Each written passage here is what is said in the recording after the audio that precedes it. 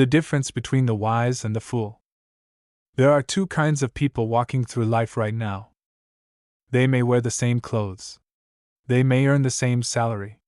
They may even sit in the same church. But one is quietly building a life that will stand. The other is quietly destroying their own future. And most people cannot tell the difference. Because the difference between the wise and the fool is not always obvious.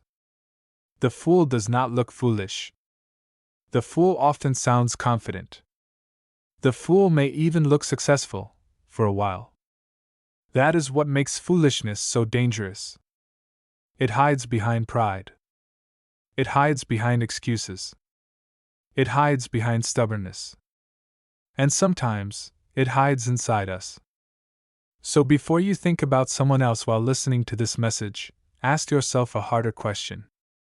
What if I had been making foolish decisions without even realizing it? Because that is exactly what makes Proverbs chapter 28 so powerful. It is not simply describing two different kinds of people. It is holding up a mirror. A mirror that forces every one of us to ask, am I becoming wiser, or am I becoming more foolish? Now think about this. Have you ever looked at two people who started life with almost the same opportunities, but years later, one is living with peace, purpose, and stability, while the other is trapped in the same painful cycles they have been fighting for years? What happened? Was one simply luckier? Did God choose to bless one more than the other? Or was there something else, something hidden beneath the surface? The truth is, the greatest difference between people is often invisible. It is not their education. It is not their family background. It is not even how much money they have. It is the decisions they make every single day when nobody is watching. Because every decision moves you in one of two directions: toward wisdom, or toward foolishness. And here is the frightening part. Nobody wakes up one morning and says, "Today I want to become a fool." It happens quietly. One ignored warning. One excuse. One act of pride. One refusal to listen. One bad habit repeated over and over again.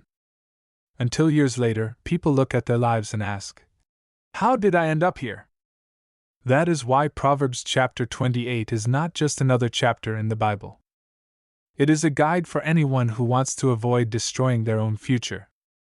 It teaches us that wisdom is not about how intelligent you are. Some of the smartest people in the world have made the most foolish decisions. And foolishness is not about lacking knowledge. It is about refusing to live by the truth you already know.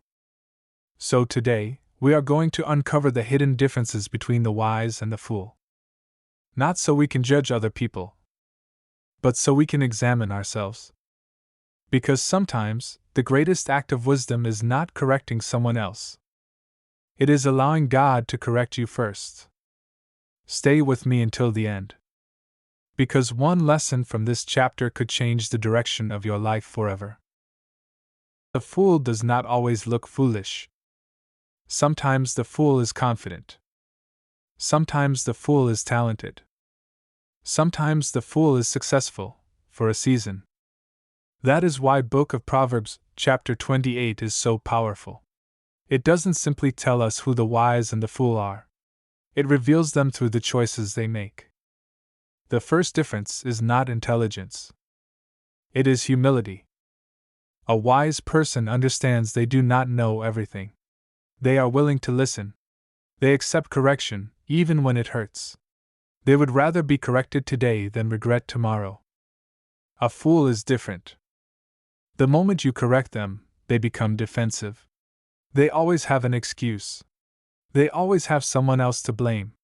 Instead of learning from truth, they protect their pride. And that is dangerous. Because if nobody can correct you, nobody can truly help you.